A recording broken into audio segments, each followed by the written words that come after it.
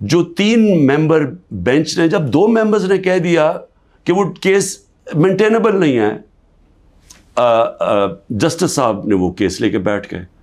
تو ہم نے پھر دونوں کی طرف, ہم نے دونوں ججز کا کہا کہ یہ ہمیں ان امپائرز پہ اعتماد نہیں ہے, یہ ہمارا رائٹ ہے. ہم نے ریکوزل کا کہا. اب آج کیا ہوتا ہے, آج جو سپریم کورٹ میں ہم پہلے جب یہاں سے نہیں انصاف ملا, پھر ہم اسلام آباد ہائی کورٹ گئے, وہاں انصاف نہیں ملنا تھا, ہم سپریم کورٹ چلے گئے.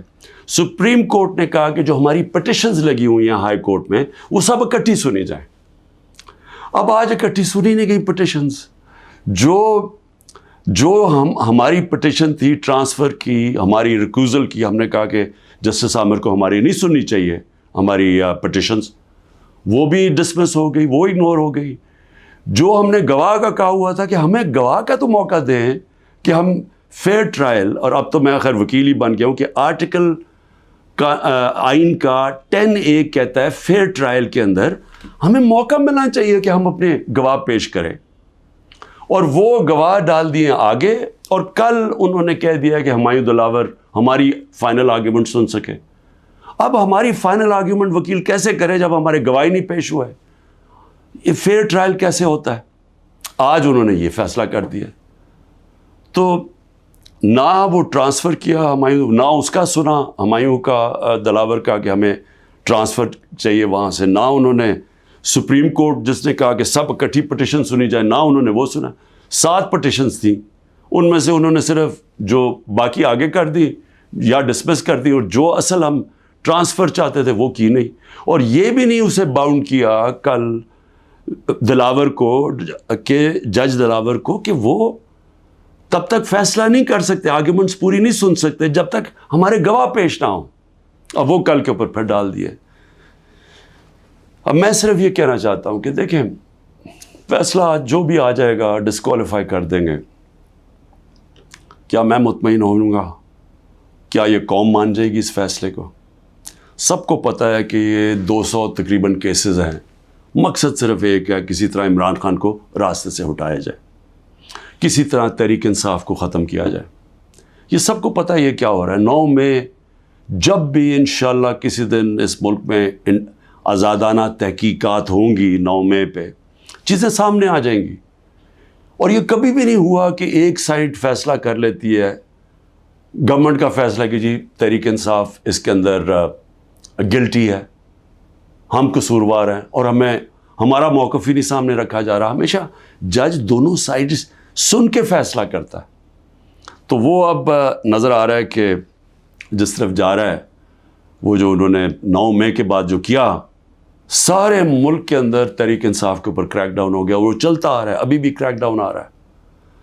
اور نظر آ رہا ہے کہ کسی نہ کسی طرح پارٹی کو ختم کیا جائے. اب جو بھی یہ کر رہے ہیں کریک ڈاؤن, سارے جو بھی لوگ اس کے پیچھے ہیں, کیا ان کو یہ پتہ نہیں ہے کہ پارٹی تب ختم ہوتی ہے جب اس کا ووٹ بینک ختم ہوتا ہے؟ ذرا بازاروں میں نکل کے دیکھیں, دیہاتوں میں چلے جائیں, پوچھیں تو صحیح لوگوں سے کہ وہ ووٹ کس کے لیے ڈالیں گے. جتنا ظلم ہمارے اوپر بڑھتا جا رہا ہے اتنا ہی ہمارا ووٹ بینک بڑھتا جا رہا ہے. پارٹی تو ایسے نہیں ختم ہونے لگی. تو اب پارٹی کی اس وقت 70 سے 80% اس وقت پاکستان میں اس کی ایکسیپٹیبلٹی ہے, یعنی لوگ اس کے ساتھ ہیں. تو جو ایک وہ نظام آ رہا ہے جو کہ 70 سے 80% لوگوں کی رائے کو ختم کرنا چاہتے ہیں, اور ایک اور کوئی نظام لینا چاہتے ہیں, کیا ہمیں اندازہ ہو رہا ہے کہ ہم ملک کو کس طرف لے کے جا رہے ہیں؟ اور میں ایک وہ پاکستانی ہوتے ہوئے جس کا جینا مرنا یہاں ہے, جو باہر نہیں جانے لگا, جس کے پاس کوئی پیسے بینکوں میں باہر نہیں پڑے ہوئے, کوئی پراپرٹی باہر نہیں ہے, جو تھی بیچ کے پاکستان آ گیا ہے, وہ پاکستانی آج کہہ رہا ہے کہ اس وقت ضرورت ہے کہ سوچیں کہ ہم یہ ملک سے کیا کر رہے ہیں. ایک جماعت اور ایک لیڈر کو باہر کرتے کتنا نقصان کر رہے ہیں اپنے ملک کو. اور جو بھی یہ پلان بن رہے ہیں کہ اس کے کوئی ملک چل جائے گا ڈنڈے کے زور سے, لوگوں کو جیلوں میں ڈال کے, ایک پولیس اسٹیٹ بنا کے, ان کو دنیا کی تاریخ کا کوئی تاریخ کا آئیڈیا ہی نہیں ہے. آپ یہ دیکھیں، میں یہ اپنی قوم کو صرف آپ کو ایک قسم کا تاریخ کا لیسن بھی دینا چاہتا ہوں، ہر اپنے نوجوانوں کو خاص طور پہ. میں یہ پہلے بھی کہہ چکا ہوں، 1945 میں دوسری جنگ عظیم کے بعد یورپ آدھا ہو گیا، آدھا چلا گیا جمہوریت کی طرف، آدھا چلا گیا یہ پولیس اسٹیٹ بن گیا ڈکٹیٹرشپ کی طرف. آدھے میں انہوں نے ان کو بند کر کے کنٹرول کیا لوگوں کو، ان کی آزادی رائے ختم کی، حقیقی جمہوریت ختم کر دی، حقیقی آزادی ختم کر دی، آدھی آزاد ہو گیا. ساری دنیا کے سامنے 50 سال کے بعد نتیجہ آ گیا. جو آزاد تھے وہ خوشحال ہو گئے. آج بھی وہ جو جن ملکوں کے اندر جو وہی یورپین تھے جدھر آزادی نہیں تھی، آج بھی وہ پیچھے ہیں ابھی تک. حالانکہ وہ وہاں جمہوریت بھی آ گئی کئی ملکوں میں، لیکن ابھی بھی وہ پیچھے ہیں. ایسٹ جرمنی، ویسٹ جرمنی ایک وہی جرمن لوگ تھے. جدھر ڈکٹیٹرشپ آ گئی، یعنی ان کو اسی طرح کی جو ہمیں جس طرف لے کے جا رہے ہیں، وہاں غربت آ گئی. مقابلہ اس کا ویسٹ جرمنی میں جو خوشحال ترین دنیا کی طاقتور ملک بن گیا معاشی طور پہ. تو یہ تو ایک تاریخ ہمارے سامنے ہے. ساؤتھ کوریا، نارتھ کوریا میں وہی ڈکٹیٹرشپ، آزادی رائے بند، آزادی ختم. آج نارتھ کوریا کو دیکھیں، اور جو حقیقی آزادی ساؤتھ کوریا میں تھی، وہ دنیا کا خوشحال ترین ملک بن گیا.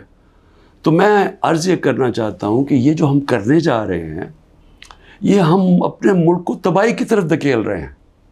ہم یہ جو ایک عوام کو ان کا جو سب سے بڑا حق ہوتا ہے ووٹ ڈالنے کا، آزادی رائے، ایک منتخب کرے عوام اپنی کون سی گورنمنٹ وہ چاہتے ہیں. وہ جو آزاد ملک ہوتے ہیں وہی ترقی کرتے ہیں. ہم دوسری طرف جا رہے ہیں، اور ہم ایک خوف کی فضا ایسی بنائی ہوئی ہے. یہاں جو طاقت میں ہیں وہ لوگ یہ سمجھتے ہیں کہ جتنا ظلم کریں گے لوگ ڈر جائیں گے. تو ڈر کیا جائیں گے؟ غلام بن جائیں گے، یعنی خوف کے غلام بن جائیں گے، ظلم کے سامنے جھک جائیں گے. جو میں بار بار مثال دیتا ہوں، جو یزید نے کیا کوفہ کے لوگوں سے، اپنا گورنر بٹھایا، اس نے ان کو ظلم کر کے ان کو سیم کے وہ لوگ بنا دیے جو جانوروں کے اوپر یعنی جانوروں کے لیول پہ پہنچ گئے. تو آج ہم وہی کر رہے ہیں پاکستان سے. مجھے آج ابھی میں وکیلوں سے مل رہا تھا، انہوں نے مجھے خبر دی کہ جو ہمارے سینئر لوگ جیلوں میں، ایک تو وہ ہیں جو کہ ہمارے کارکن جیلوں میں ہیں، برے حالات میں ہیں، لیکن وہ جوان ہیں، تکڑے ہیں. لیکن جو سینئر لوگ ہیں، انہوں نے مجھے رپورٹ دی. ڈاکٹر یاسمین کتنی دفعہ بیمار ہوئی ہیں، تقریباً 75 سال کی ہیں. محمود رشید، وہ 70 سال سے اوپر ہے، ان کو ہارٹ پرابلم ہے، وہ کس مشکل سے گزر رہے ہیں، بیمار ہوئے کتنی دفعہ. اعجاز چودھری تقریباً 10 kg اپنا وزن لوز کر بیٹھے، ڈائبیٹک ہیں. عالیہ حمزہ بڑی بری طرح بیمار رہی، ابھی وکیل نے بتایا کہ اس بار ہی ملے وہ تھوڑی ٹھیک تھی.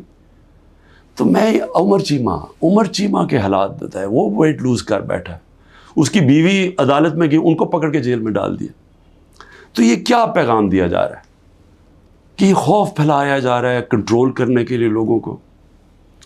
اور علی امین، ہمارے پختونخوا کے پریزیڈنٹ، ان کے گھر میں 6 گھنٹے پولیس گھس گئی، کوئی سرچ وارنٹ نہیں تھی. سارا اس کا گھر اجاڑا، چیزیں توڑی. 80 سال کے ان کے والد تھے، ان سے بدتمیزی کی، دھکے دیے، گاڑیاں اٹھا کے لے گئے. تو یہ کیا ثابت کر رہے ہیں اس سے؟ یعنی ہم اس ملک کو کدھر دھکیل رہے ہیں؟ یہ خوف پھیلانے کے لیے اور لوگوں کو کنٹرول کرنے کے لیے ہم آج وہ چیز کر رہے ہیں کہ اپنی پولیس کو تباہ کر رہے ہیں. جب پولیس سے اس طرح کی غیر قانونی کام کرواتے ہیں ہم، تو یاد رکھیں پولیس خود بھی یہ کاموں پہ لگ جاتی ہے. آپ جب پولیس کو آرڈر دیتے ہیں کہ یہ جا کے کسی گھروں میں گھسو، گھر برباد کرو، خوف پھیلانے کے لیے، تو ہم پولیس فورس کو تباہ کر رہے ہیں. آگے ہماری پولیس کے حالات اچھے نہیں ہیں. آگے ہمیں پتہ ہے کہ ہماری پولیس، لوگ اون نہیں کرتے اپنی پولیس کو. لوگ سمجھتے ہیں پختونخوا میں ہم نے بڑی محنت کی تھی جب آئی جی درانی کو ہم لے کے گئے وہاں، اور انہوں نے پولیس کو ایک ایسی پولیس فورس بنایا کہ عوام اور پولیس ایک ہو گئی۔